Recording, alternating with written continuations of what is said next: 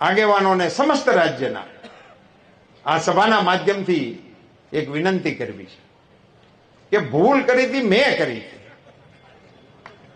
એની મેં જાહેરમાં માફી માંગી લીધી, કારણ કે મારો ઈરાદો નહોતો. અને સમાજની સામે જઈને પણ મેં માફી માંગી અને સમાજની વચ્ચે જઈને અને સમાજે મને એનો પ્રતિસાદ પણ આપ્યો. પણ મોદી સાહેબની સામે શા માટે? ક્ષત્રિય સમાજને મારે કહેવું છે કે તમે તમારા યોગદાનને યાદ કરો. આ રાષ્ટ્રના ઘડતરની અંદર તમારું કેવડું મોટું યોગદાન છે, પાર્ટીના વિકાસની અંદર તમારું કેવડું મોટું યોગદાન છે.